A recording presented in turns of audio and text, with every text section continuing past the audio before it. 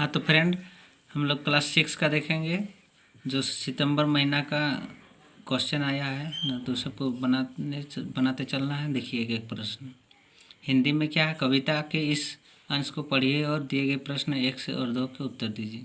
देखिए दिया हुआ है, इसको पढ़ना है। और एक में क्या है क्वेश्चन, देखिए ज्ञान गंगा की पावन धारा सबके आंगन तक कैसे पहुँचेगी? जब केवल लड़कियां पढ़ेगी, जब केवल लड़के पढ़ेंगे, जब कोई भी अनपढ़ नहीं रहेगा, जब लोग साक्षर नहीं रहेंगे। तो इसका सी ऑप्शन हो जाएगा। हाँ ठीक लगना है। पद्यांश में निरक्षर शब्द के लिए कौन सा समानार्थी पर्यायवाची शब्द आया है? पुस्तक, पावन, आंगन और अनपढ़। तो अनपढ़ इसमें। तीसरा प्रश्न है, देखिए निम्नलिखित वाक्यांशों के लिए एक शब्द लिखिए। परीक्षा देने वाला, परीक्षार्थी। क्षमा कर देने वाला, क्षमाशील, ये क्षमार्थी। ईर्ष्या करने वाला, ईर्ष्यालु। काम से जीत चुराने वाला, कामचोर। चौथा में प्रश्न में, बैल ने गुफा को अपने लिए उपयुक्त क्यों समझा? तो क्योंकि गुफा खाली थी और वहाँ आसपास घास थे, साथ में वही एक नदी भी था, इसलिए बैल में गुफा को अपने लिए उपयुक्त समझा। पांचवा प्रश्न में, नीचे दिए पद का अर्थ लिखिए। हाँ दिया हुआ देखिए, निंदक नियरे राखिए, आंगन कोटी छवाए, बिन साबुन पानी, बिना निर्मल करे सुभाए। कबीरदास जी ने स्वयं को स्वच्छ रखने के लिए निंदक को पास रखने के लिए कहा है। कवि कहते हैं कि दोष निकालने वाले व्यक्ति को अपने आंगन में ही घर बनवा कर उसमें ही रख लेना चाहिए। वह साबुन पानी के बिना ही हमें स्वच्छ रखने में सहायक करेगा। अर्थात जैसे जैसे वह हमारा दोष निकालता जाएगा, हम साफ होते जाएंगे। अंग्रेजी में तो देखिए, what are the people living in the given country called? जैसे अमेरिका है तो अमेरिका क्या होगा? अमेरिकन। नेपाल है तो Nepali. Rewrite the given sentence by choosing the appropriate adverb. Good children always never twist tell lies. तो इसमें क्या है? Good children always tell lies, never twist. What does the lines watch nest will hang its head mean in the poem I Dream a World? तो इसमें क्या लिखना? The line watch nest will hang its head believed that all races are equal and deserve the same amount of respect. Fourth question में, what did Sindbad decide on his return from his first voyage? तो Sindbad decided to spend the rest of the day of life quietly in Baghdad, but very soon was worn out by such a worthless life and longer once more to find myself upon the sea. Rewrite the passage and answer the question that follow. Where did the servants live? The servants live in a series of low, whitewashed out buildings at the back of the house. B में देखिए, what were the servants wearing? The servants wearing were spotless white cotton robes. What is a turbobush? The turbobush is a sort of taphat without a brain, and there is often a black tassel on it. उसके बाद गणित में देखिए, इनमें कौन पूर्णांक है? पूर्णांक का मतलब होता है जो पूरा पूरा अंक है। देखिए -18, 0, 7, तो इनमें से सभी है ना, डी ऑप्शन सही हो जाएगा। दिए गए संख्या के आधार पर कौन कथन सही है? देखिए संख्या रेखा दिया है, 0 के बाद इधर यहाँ n लिखा हुआ है, यहाँ c लिखा हुआ है ना, तो 0 से इधर बाईं ओर क्या माइनस होता है, 0 से दाईं ओर प्लस होता है।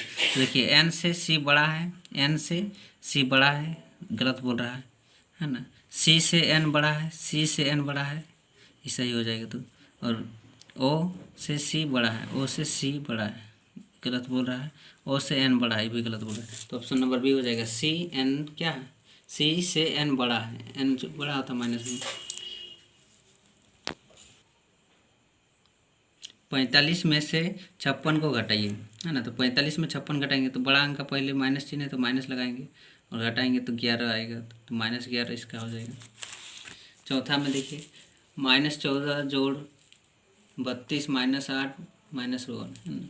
तो इसको मान ज्ञात कीजिए। तो मान ज्ञात करना, -14 प्लस है तो +32, माइनस माइनस प्लस होता है, चिन्ह खाली -8 9, फिर माइनस माइनस जोड़ देंगे तो -14 और 9 कितना हो गया 23 हो जाएगा, -23 + 32। अब माइनस प्लस माइनस बड़ा अंक में घटाएंगे 23 को तो 9 आएगा। एक कार उत्तर दिशा की ओर 17 किलोमीटर चलती है तो फिर उसी रास्ते में वापस 21 किलोमीटर वापस आती है। बताइए कार की प्रारंभिक जहाँ से चलना शुरू की थी वह स्थान अब कितनी दूरी पर होगी दिशा। तो 4 किलोमीटर दूरी दक्षिण दिशा में। विज्ञान का सवाल है, देखिए निम्नलिखित विकल्पों में अघुलनशील का उदाहरण है जो घुलता नहीं। तो चौक का चूर्ण और पानी क्या अघुलनशील है। इनमें से सजीवों की तरह निर्जीवों में क्या पाई जाती है। निर्जीवों में शोषण, गति, जनन, अनुकूलन। तो अनुकूलन। तीसरा प्रश्न है, कारण बताइए खाना पकाने वाले बर्तन कागज अथवा प्लास्टिक के क्यों नहीं बनाए जाते हैं। तो अगर हम खाना कागज अथवा प्लास्टिक में बनाए तो वह जलकर राख हो जाएगा। इसलिए अगर हम लोहे या स्टील आदि में खाना बनाते हैं, है ना, राख हो जाएगा। तो कैसे बनेगा, नहीं बनेगा।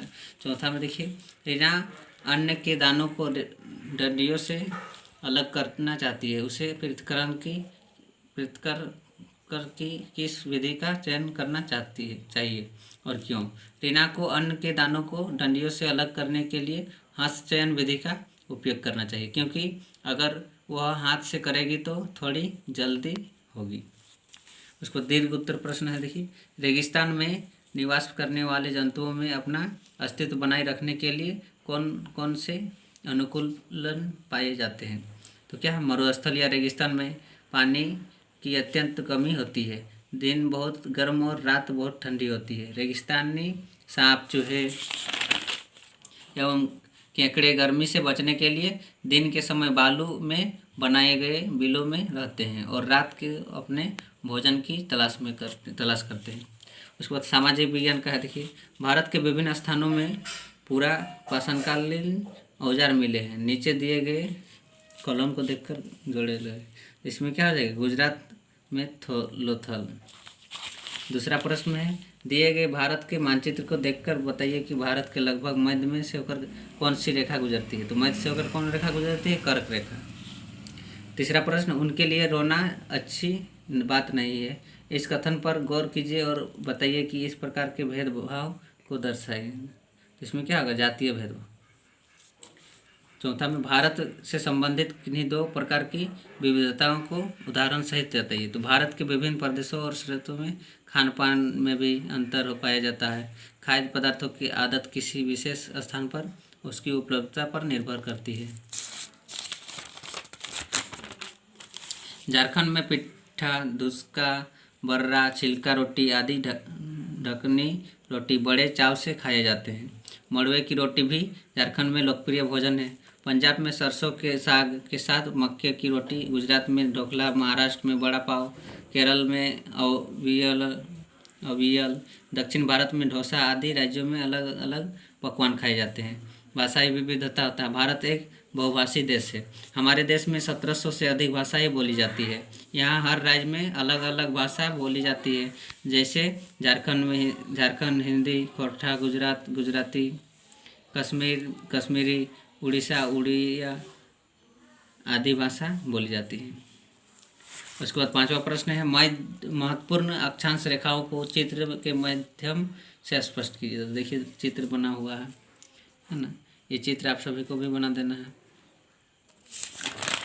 उसके बाद हड़प्पा सभ्यता की विशेषता का वर्णन करें। हड़प्पा सभ्यता प्राचीन सभ्यताओं में से एक है। हड़प्पा सभ्यता क्या प्राचीन सभ्यताओं में से एक है। हड़प्पा की खोज प्रसिद्ध पुरातत्ववेत्ता दयाराम साहनी ने किया था। हड़प्पा सभ्यता की खोज किसने, दयाराम साहनी ने किया था। हड़प्पा वर्तमान में पाकिस्तान में है। कहा जाता है कि हड़प्पा एक ऐसा खंडहर है जहाँ कि ईंटों से आज भी नए घर एवं नलियों का निर्माण किया जा सकता है। इस शहर का निर्माण लगभग 4700 साल पहले हुआ था। उसके बाद संस्कृत का प्रश्न आ गया है ना। बालका कुत्र क्रीडन्ति, तो बालिका उपवने क्रीडन्ति, है ना। ये आपका क्वेश्चन पेपर में होगा, वहाँ लिखा हुआ पैसेज टाइप का, है ना, उसको पढ़ना है। उसके बाद चटका अत्र विभक्तिया प्रयुक्त, तो चटका इसमें तृतीया हो जाएगा। उसका तीसरा प्रश्न में है काका आगच्छन्ति तदा चटका की कुर्वन्ति, तो काका आगच्छन्ति तदा चटका चिची कुर्वन्ति, है ना, चटका चिची कुर्वन्ति। राघव कम अनुधावती, तो राघव काकम अनुधावती। तो इस प्रकार से क्या आप सभी को बना लेना। Thank you for watching. जय हिंद, वंदे मातरम।